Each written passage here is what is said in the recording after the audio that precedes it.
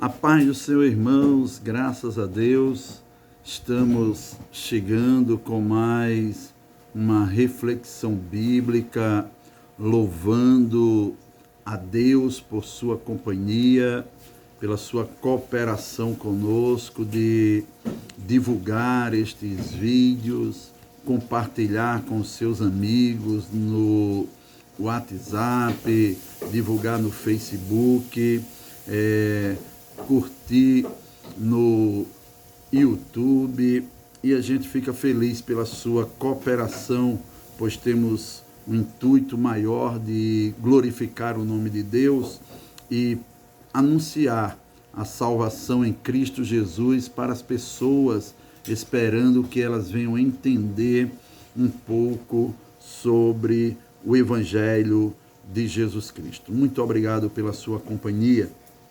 E aproveite, se você ainda não se inscreveu em nosso canal do YouTube, dá tempo, vá lá, Josinildo Gonçalves, e se inscreva, nos siga também lá no Instagram, mande seu WhatsApp, teremos o maior prazer de conversar com você pelo WhatsApp, e também nos acompanhe nas postagens lá do Facebook, uma página que lá com o nome Josinildo Gonçalves, tá ok?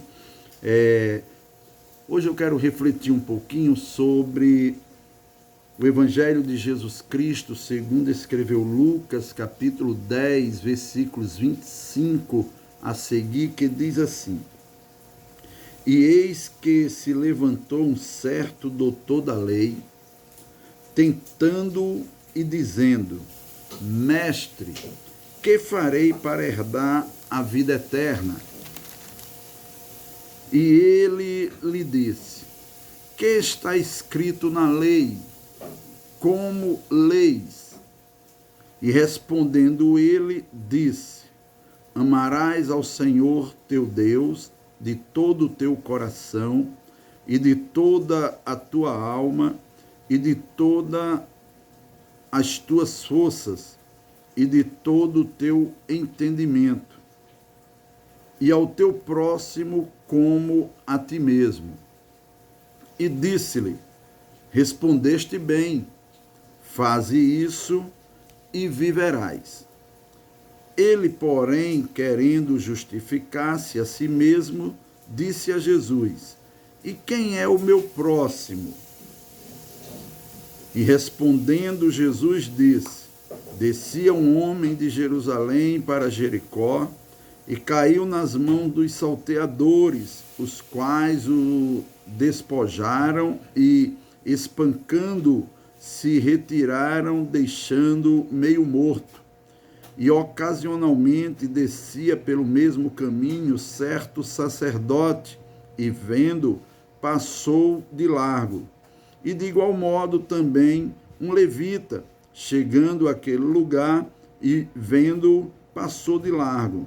Mas um samaritano que ia de viagem chegou ao pé dele e vendo, moveu-se de íntima compaixão e, aproximando-se, atou-lhe as feridas, aplicando-lhes azeite e vinho, e pondo sobre sua cavalgadura, levou para uma estalagem e cuidou dele.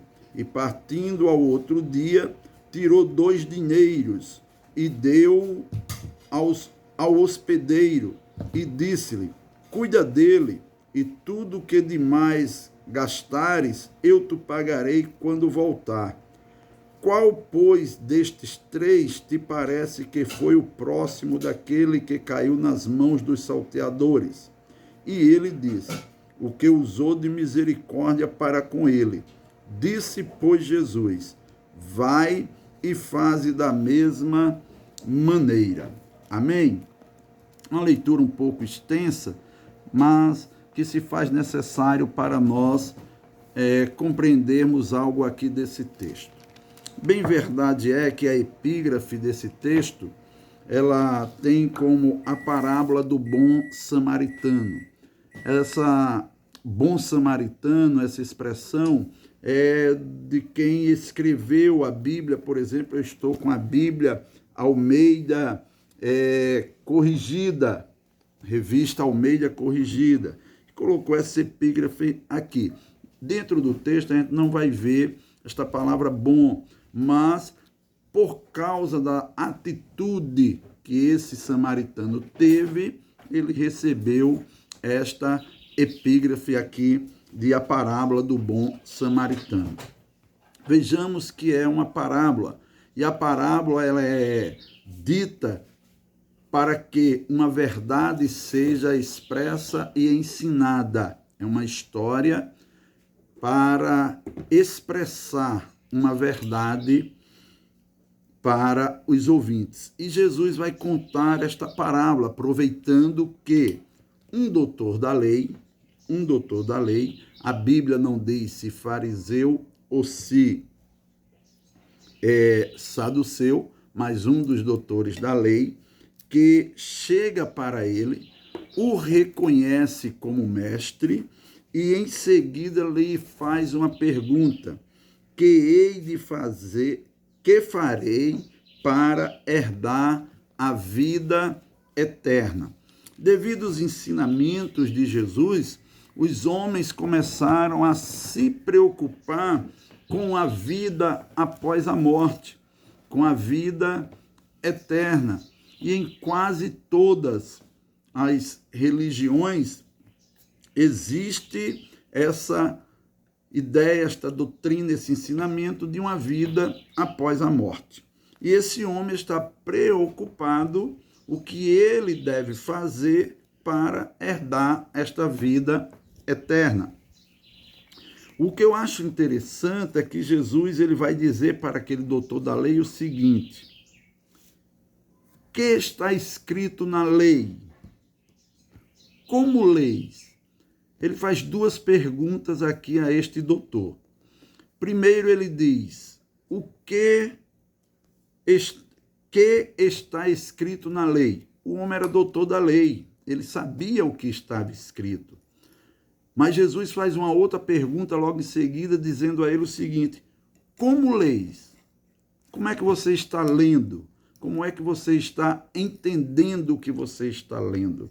Porque não basta ler, precisa-se entender o que está lendo, o que está se lendo. Lembramos agora daquele moço eunuco da rainha de Candace, quando ele ia de viagem de Jerusalém voltando, e Filipe é autorizado pelo Espírito Santo para o acompanhar, correndo ali atrás daquela carruagem, e quando Filipe se aproxima dele, escuta que ele está lendo o profeta Isaías, no profeta Isaías, e Filipe lhe faz uma pergunta: entendes tu o que lê? Quer dizer, o homem estava lendo, o eunuco estava lendo, mas a preocupação de Filipe era se ele estava entendendo o que estava lendo. Olha só que surpreendente a resposta daquele homem: como posso entender se não há quem me explique? E Filipe, subindo a carruagem, a convite daquele eunuco, passa a lhe explicar a Escritura, e explicando a ele as Escrituras, aquele homem entende e solicita o batismo em águas. Ele diz para Filipe no término daquele diálogo, daquele encontro: o que me impede de ser batizado? Temos água. Aí Filipe disse: se tu crê. Ele disse: eu creio que Cristo é o Senhor. Então Filipe ordena parar aquela carruagem, desce até as águas com aquele eunuco e o batiza. Por quê? Porque ele vinha lendo e teve quem lhe explicasse. Ele passou a entender o que estava lendo. Nós, da mesma forma, precisamos ler as Escrituras e entender o que a Escritura está passando para nós, explicando para nós. Glórias a Deus. Lembram que quando no domingo da ressurreição de Jesus, aqueles dois discípulos que iam para o caminho para Emaús, no caminho de Emaús, e Jesus colocou no meio deles, e eles iam falando dos últimos acontecimentos que havia acontecido em Jerusalém, e Jesus se fez como um viajante, como que não estava sabendo do que estava acontecendo, e perguntou a ele: o que é que vocês conversam no caminho? E eles até, em um tom de reprovação, disseram: porventura tu és o único em Jerusalém que não sabes os últimos acontecimentos, que mataram o mestre, aquele que esperávamos que fosse o Cristo, que viria libertar Israel? E ele começa a explicar a eles, dizendo: nécios, tardios para entender. Não está escrito nos profetas, nos salmos e na lei que era necessário que o Cristo viesse, padecesse, fosse crucificado e morresse e ao terceiro dia ressuscitasse? Ele começa a explicar, puxando desde o tempo dos profetas até o dia deles, para que eles pudessem entender as Escrituras. Então, a Bíblia Sagrada, uma lição que nós tiramos aqui, o livro santo, o livro de Deus, a carta magna de Deus, ela precisa ser explicada, ela precisa ser estudada. Para isto, permita-me aqui abrir um parênteses e te exortar, te fazer um convite a você que é cristão, a você que não confessa a fé cristã protestante, a procurar nos domingos pela manhã uma escola bíblica dominical, numa sexta-feira à noite um culto de doutrina, onde os pastores, os pregadores, os evangelistas, presbíteros estão ali aptos a ensinar a palavra de Deus e você poder compreender. Eu sempre gosto de dizer que o bom estudante da Bíblia Sagrada, ele vai para a escola bíblica dominical, ele vai para a doutrina e ele leva uma caneta, ele leva papel, leva a Bíblia, leva a revista da escola bíblica dominical para fazer as suas anotações e tirar as suas dúvidas. Fica aí esse alerta para cada um de nós, não é isso? Quando Jesus diz isso a este doutor da lei, o que é que ele diz? Ele responde a Jesus dizendo: amarás ao Senhor teu Deus de todo o teu coração e de toda a tua alma e de todas as tuas forças e de todo o teu entendimento, e ao teu próximo como a ti mesmo. Jesus olha para ele e diz assim: respondeste bem, faze isso e viverás. Eu comparo esta passagem bíblica aqui com a passagem de Marcos capítulo 10, do jovem rico. Lá a epígrafe chama de o jovem rico. Quando este jovem procura Jesus, ele vai ao encontro de Jesus e ele faz a mesma pergunta: bom mestre, que farei para herdar a vida eterna?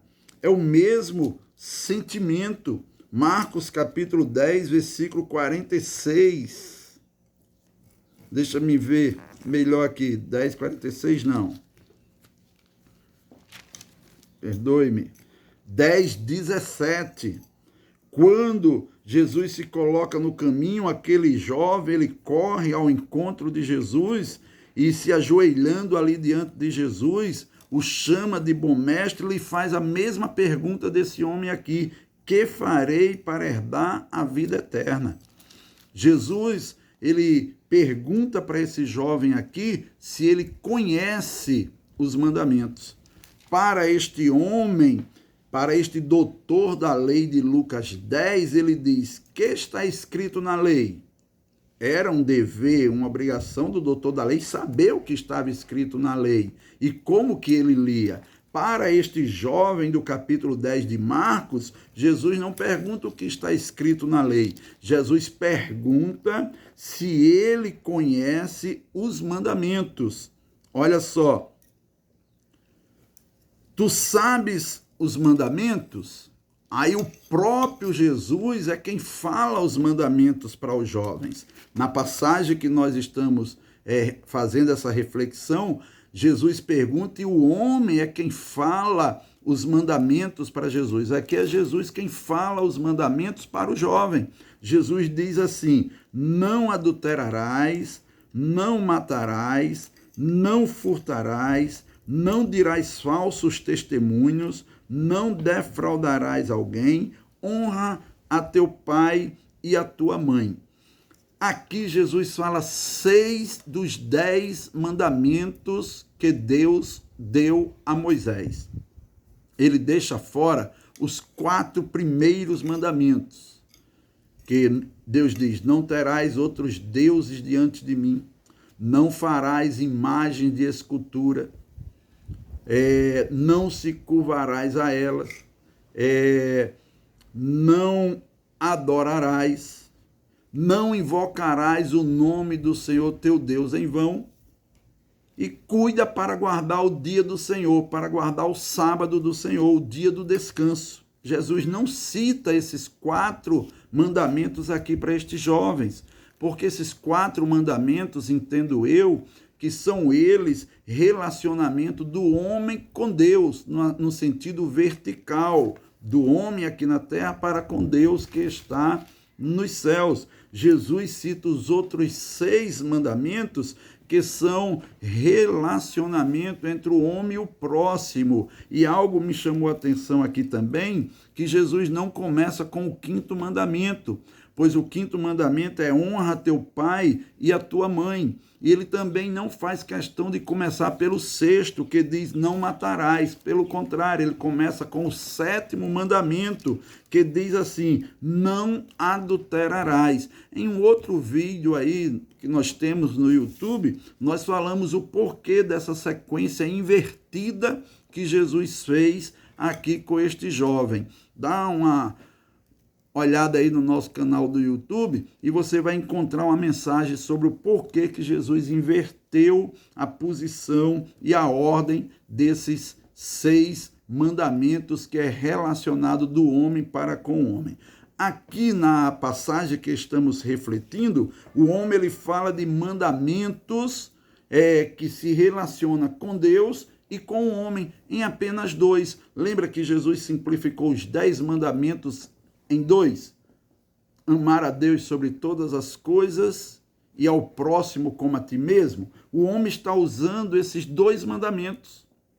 O homem está dizendo aqui, amarás ao Senhor teu Deus de todo o teu coração, de toda a tua alma e de todas as tuas forças e de todo o teu entendimento. Olha só o que é que ele está dizendo. Ame a Deus com sentimento, ame a Deus com esforço, ame a Deus com raciocínio e ame a Deus com sabedoria. É isso que ele está passando aqui. Esse mandamento quer dizer isso, significa isto, explica isto para nós. E ele conclui dizendo, e ao teu próximo como a ti mesmo. Ele toma os outros 6 mandamentos e lança em um só. Ele pega os 4 primeiros e lança em um. E pega os 6 últimos mandamentos e fala em apenas um. Amar o teu próximo como a ti mesmo. Eu glorifico a Deus porque Jesus vai dizer para ele, respondeste bem. Quer dizer, mestre, o homem era doutor da lei, o homem sabia o que estava dizendo, mas Jesus vai e diz para ele, faze isso e viverás. Nisto aí, o homem, o texto bíblico vai dizer que o homem querendo se justificar, ele pergunta, e quem é o meu próximo? Olha só, é isso? Ele querendo assim justificar-se a si mesmo diante de Jesus, de todos quantos estão ali, porque onde Jesus estava, a multidão o acompanhava, as pessoas estavam perto, eles, mestre, e quem é o meu próximo? Aí Jesus conta esta parábola. A parábola começa aqui a partir do versículo 10. E esta parábola vai até o versículo de número 35. Começa aqui no versículo 30 e vai até o versículo de número 35, quando ele diz que descia um homem de Jerusalém para Jericó. e caiu nas mãos dos salteadores, os quais o despojaram e, espancando-o, se retiraram, deixando meio morto. Aí Jesus começou a contar a parábola, e nesta parábola Jesus vai dizer para nós que vai passar 3 pessoas, 3 homens ali. O primeiro que vai passar é um sacerdote, um homem oficial do templo, um homem que tinha o ofício de trabalhar no templo, de oferecer orações a Deus pelo povo. O ministério do sacerdote no Antigo Testamento era oferecer sacrifícios a Deus pelo povo. Tinha o sumo sacerdote e os sacerdotes que eram os auxiliares. E eles ofereciam sacrifícios que o povo trazia pelos seus pecados, e eles sacrificavam a Deus em nome do povo, por aquela pessoa que trouxe. Era um homem que estava intermediando entre o homem e Deus, através do sacrifício da antiga lei, da antiga aliança. Este homem passa, olha e passa de lado. E passa de lado. Em seguida, Jesus diz que também passa um levita. Um levita, ele era um oficial também do templo. Permita-me aqui esclarecer que o levita, hoje em dia a gente tem a ideia de levita, só os irmãos que louvam, só as pessoas que cantam, mas os grupos dos levitas no Antigo Testamento eram 3, e tinha os que trabalhavam no serviço braçal, tinha os que cuidavam do templo, tinha o dos louvores, não é isso? E a Merari, os Gersonitas e um outro lá que está fugindo aqui a minha memória, tá certo? Me entenda aí, a gente não tem nada escrito aqui para passar, não é isso? Mas vejam só, eram os levitas responsáveis por montar e desmontar o templo, a tenda. Os levitas eram responsáveis pelos turnos de serviços no templo, eram os oficiais do templo, não era só do louvor, tinha os levitas dos louvores, tá certo? E ele também passa de largo, Quando Jesus diz isso, Jesus traz a terceira personagem. Qual é a terceira personagem que Jesus traz? Jesus traz o samaritano. Samaritano que era reprovável pelos judeus. Samaritano era rejeitado pelos judeus. Lembra da passagem de João, capítulo 4, quando Jesus fica naquele poço fora da cidade de Sicá, e uma mulher samaritana sai para buscar água, e quando ela chega ali para tirar água, Jesus pede a ela de beber, e ela diz: como sendo tu um homem judeu, fala comigo que sou uma mulher samaritana. A epígrafe lá está escrita assim: porque os judeus não se comunicavam com os samaritanos. Os samaritanos não eram aceitos pelos judeus. Isso vem lá da divisão dos reinos, Reino do Sul, Reino do Norte, na pessoa de Jeroboão, e também na divisão dos reinos que Deus trouxe a palavra ao rei Salomão, dizendo que o reino seria dividido. E no tempo de Roboão e Jeroboão houve esta divisão. A parte maior das tribos passaram a ser o reino do norte, uma parte menor das tribos passou a ser o reino do sul, tá certo? Sendo assim, Jesus continua a parábola dizendo que esse samaritano se aproximou e, chegando ao pé daquele homem, vendo a sua situação, ele moveu-se de íntima compaixão. Ele teve sentimento de ser humano, ele teve o sentimento de ver aquele homem ali caído, moribundo, quase morto, e deitou sobre ele, sobre as feridas dele, azeite e vinho sobre as feridas, colocou ele sobre a cavalgadura, o seu animal de viagem, e o levou para uma estalagem, e ali cuidou dele. Chegando o tempo dele continuar a sua viagem, ele chega para o dono daquela estalagem, dá 2 dinheiro a ele e diz: cuida dele, se gastar alguma coisa a mais, quando eu voltar, eu te restituirei, eu pagarei a despesa que foi com ele.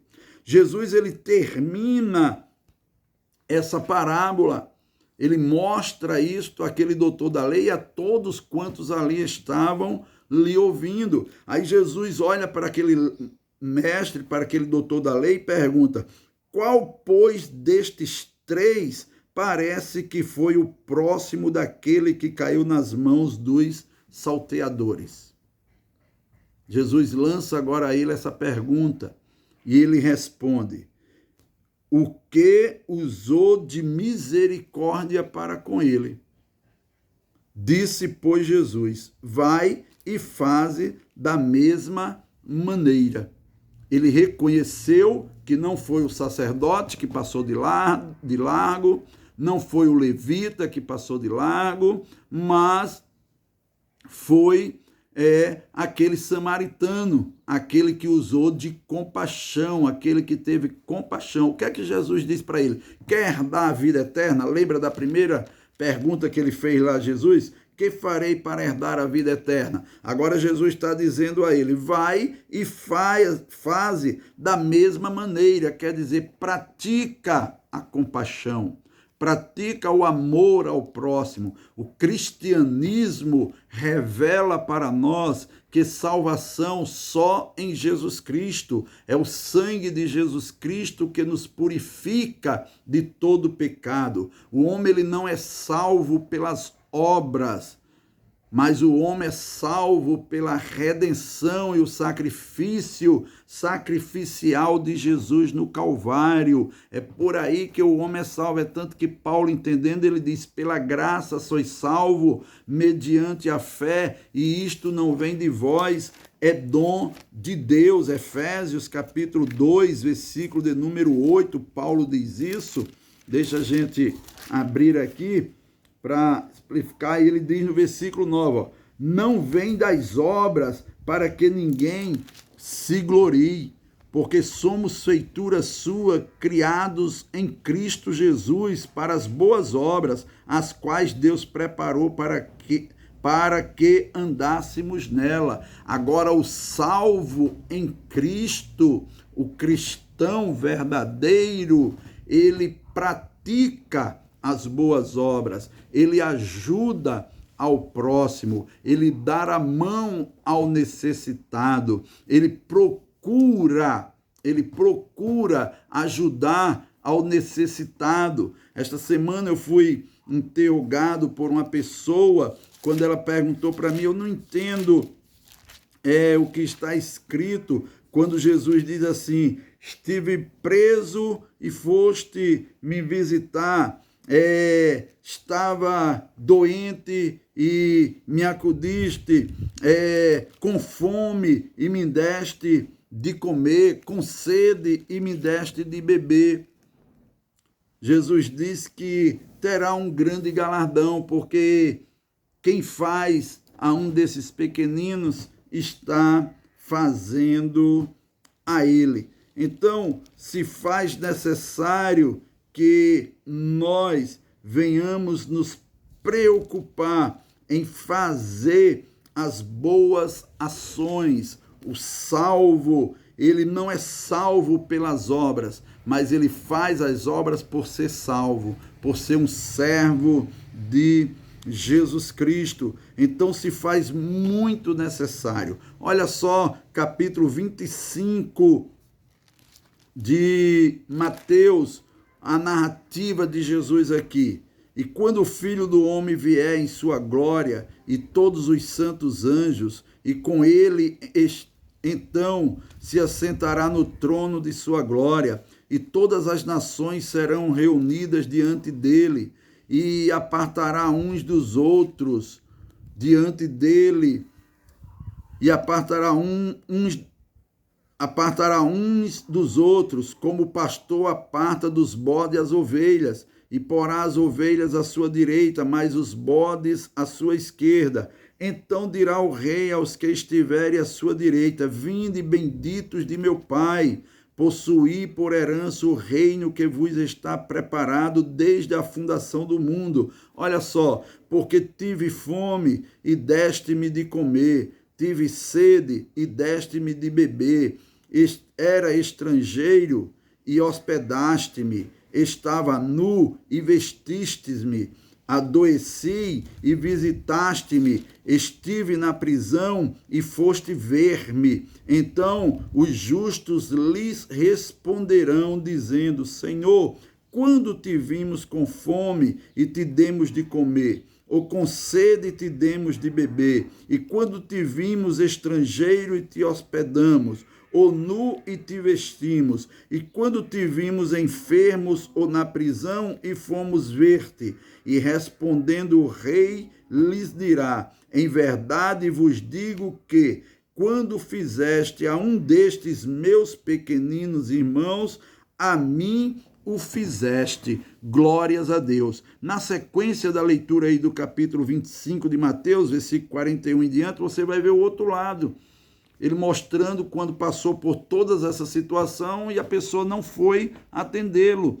Então, quando ele deixou de fazer a um desses pequeninos, ele responde, então lhe respondeu dizendo: em verdade vos digo que, quando a um destes pequeninos o não fizeste, não o fizeste a mim. Então, as boas obras, o ajudar ao próximo, ser companheiro, o ajudar o necessitado, cuidar do órfão, cuidar da viúva, é uma prática daqueles que vão herdar a vida eterna. Então, enquanto há tempo, faça o bem. Enquanto pode fazer, faça. Visite os que estão presos, visite os que estão enfermos, supra a necessidade do faminto, supra a necessidade do sedento, busque aquele que está caído. O profeta Ezequiel, ele diz o seguinte: se você ver o seu irmão em necessidade e for lá e o advertir e ele se converter, ganhaste a alma dele para o Senhor e o seu sangue não será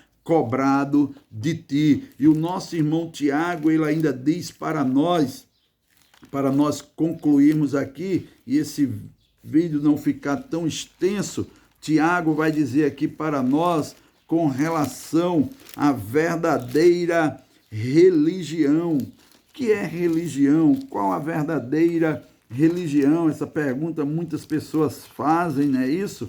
Olha só o que é que Tiago diz aqui para nós. Se alguém entre vós cuida ser religioso e não refreia a sua língua, antes engana o seu coração, a religião desse é vã. A religião